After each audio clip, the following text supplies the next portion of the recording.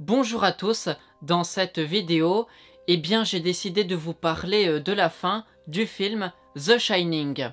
Puisque oui, la fin paraît un peu confuse, surtout avec cette histoire de photos. On se dit, mais c'est quoi ça? Bref, avant d'aller plus loin, je précise que dans cette vidéo, je parle seulement de la vision du film Shining. Donc je ne vais pas prendre en compte le roman, autre film, ou je ne sais pas quoi, en lien avec le film The Shining. Voilà, j'espère que mes explications ont été compréhensibles. Bon voilà, je commence enfin mes explications sur la fin. Alors déjà, pour comprendre où va l'histoire, il faut savoir si l'hôtel Overlook est vraiment hanté ou non. Puisque oui, le film joue sur cette ambiguïté. Puisque quasiment tout le temps, les événements paranormaux ont une réponse rationnelle.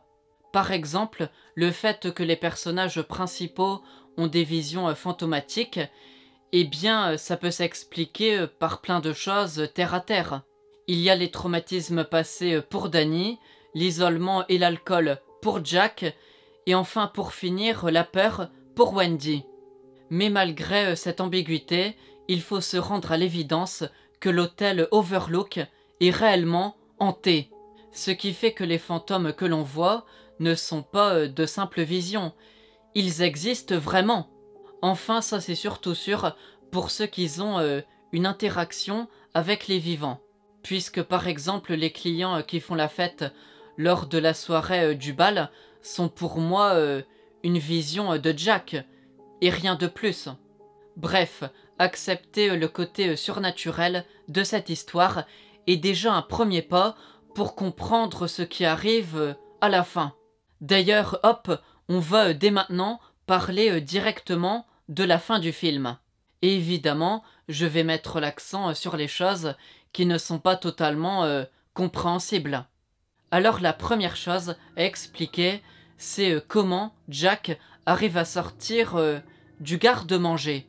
Réponse, c'est le fantôme de Monsieur Grady qui lui ouvre la porte. Tout simplement.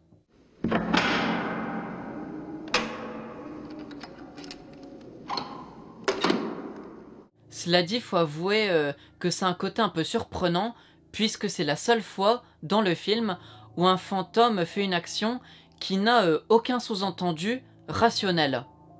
Voilà. Bon, on continue l'histoire, et là, peu après, on va voir Danny faire une sorte de crise, et il va écrire Red Rum sur la porte, tout en disant plein de fois ce même mot. Red rum. Red rum. Red rum. Mais pourquoi il fait ça? Alors pour comprendre, Danny a un don, le Shine. Et quand on est en train de faire le Shining, un des pouvoirs, c'est de prédire certains dangers imminents. Donc ça veut dire que son double l'a alerté à sa manière en disant qu'un ou plusieurs meurtres vont très bientôt se produire ici. Ce qui veut dire que lui et sa mère sont en danger. Donc il faut être en alerte et ne pas rester là. Bon, sinon la suite est assez claire. On va voir Jack Torrance essayer d'attaquer sa femme et son fils avec une hache pour les tuer. Mais Danny arrivera à s'échapper par la fenêtre. Et Wendy s'en est aussi sortie. D'abord en blessant Jack, mais surtout, elle a eu de la chance puisque Jack a été perturbé par le bruit d'un véhicule qui arrivait devant l'hôtel. D'ailleurs, le véhicule en question est conduit par Dick Hallorann qui est venu porter secours à la famille. Par contre, problème, il va se faire tuer par surprise par Jack.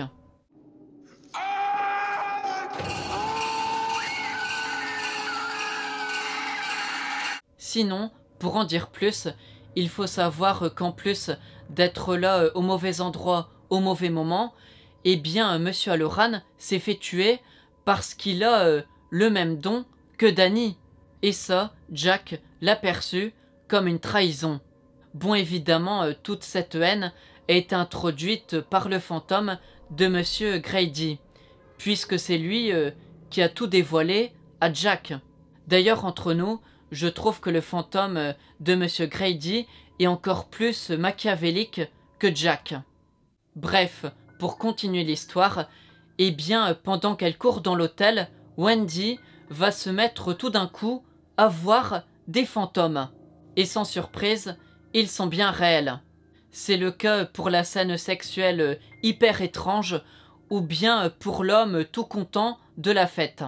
Bon, pour en dire plus sur eux, il est fort probable que ces 3 hommes ont trouvé la mort dans cet hôtel. Je dis ça puisque tous les fantômes dont on connaît les causes de la mort, eh bien, sont décédés à l'hôtel Overlook. D'ailleurs, c'est ça qui justifie leur présence ici. Autre chose dont je voulais parler sur ces fantômes, c'est pourquoi lors de la scène de sexe, un d'entre eux est déguisé en ours. Eh bien, la seule chose en lien avec ce déguisement, c'est le fait qu'au début du film, on va voir Danny allongé sur un oreiller représentant un ours. Sans oublier qu'à ce moment-là, il a les jambes nues sans raison. Mais surtout, il faut comprendre que le film nous fait sous-entendre plusieurs fois que Danny a pu être abusé sexuellement par son père. Donc maintenant, vous comprenez pourquoi on associe un objet appartenant à cet enfant avec une scène de sexe bizarre. Bref, pour revenir à Wendy et à ses visions, eh bien là, elle va voir que l'entrée de l'hôtel s'est changée eh bien, en lieu abandonné depuis je ne sais pas combien d'années. Et en plus, il y a des squelettes humains.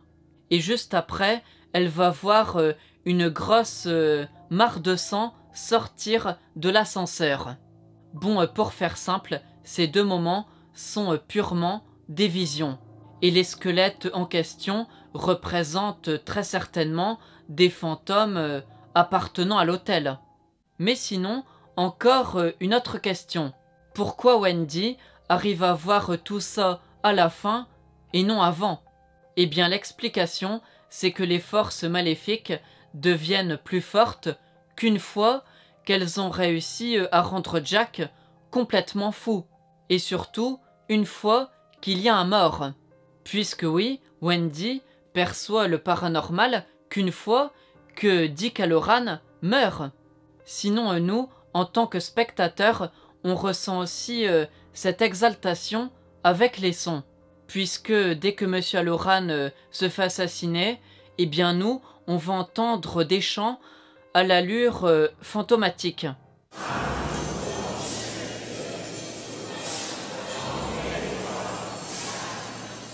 Bon, pour continuer, après toutes ces histoires de fantômes et de visions, eh bien, on va voir que Jack poursuit Danny dans le labyrinthe.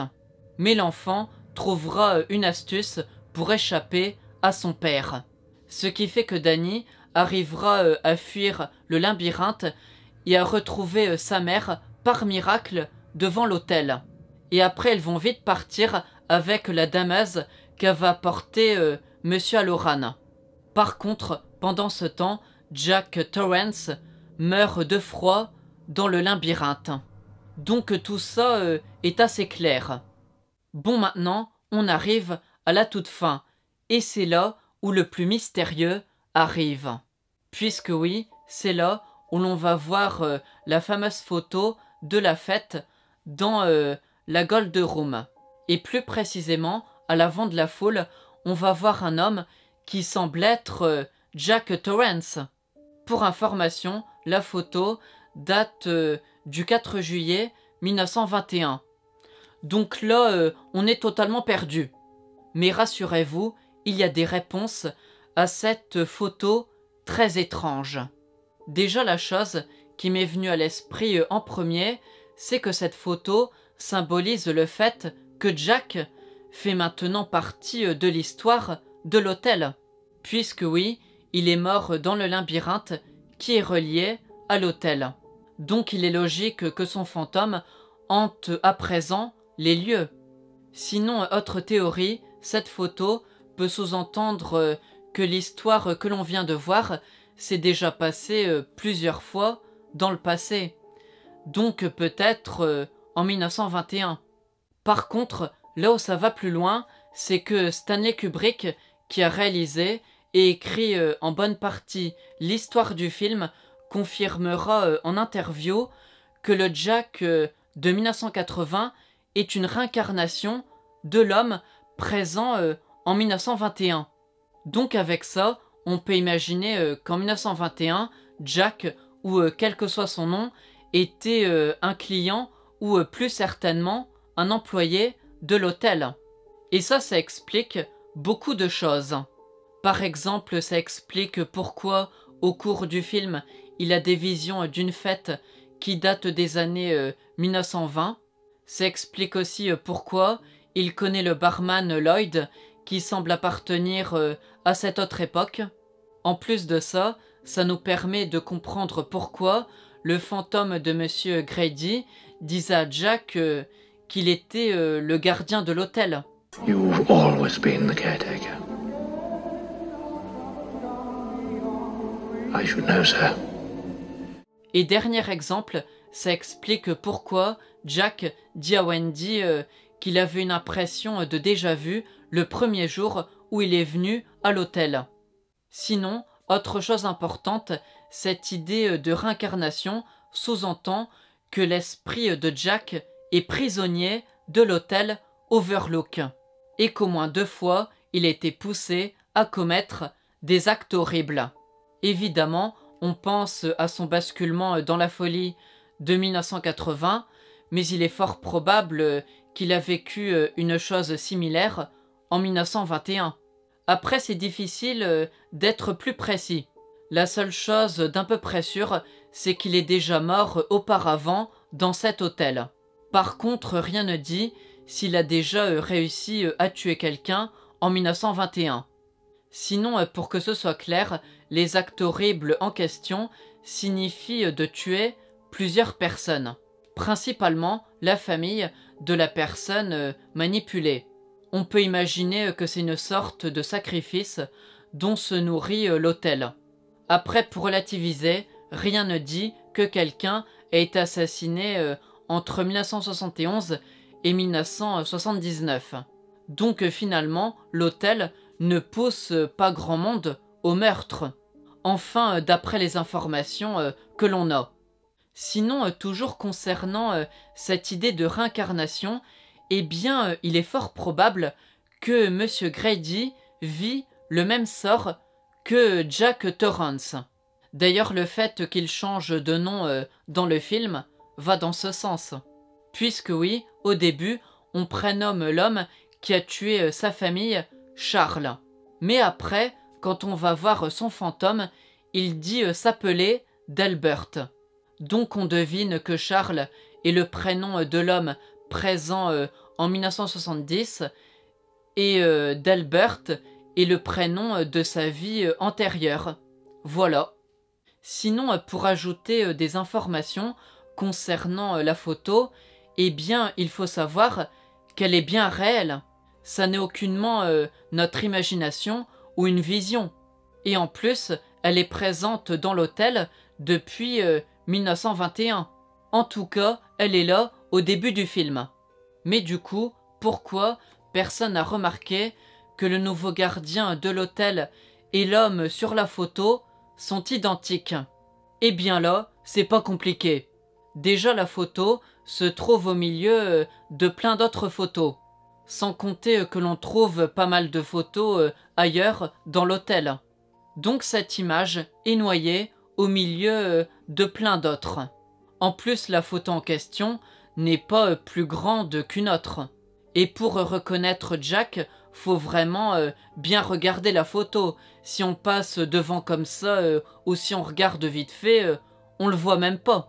Donc ça n'a rien de très bizarre que personne n'ait fait de lien entre cette photo et Jack Torrance. Surtout qu'au début du film, le personnel de l'hôtel découvre l'existence de Jack que depuis quelques jours. C'est pas non plus comme s'il était là depuis plusieurs mois ou plusieurs années. Bref, Pour terminer, concernant le futur de Danny et de Wendy Torrance, eh bien on voit qu'ils arrivent à fuir l'hôtel et ses environs.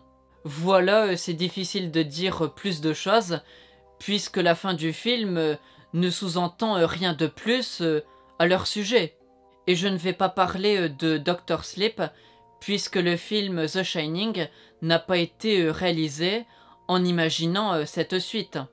Donc moi, en voyant la fin de Shining, eh bien j'imagine que Wendy et Danny vont être un peu traumatisés par les événements, ce qui est un peu compréhensible, mais ils vont quand même réussir à vivre pendant longtemps.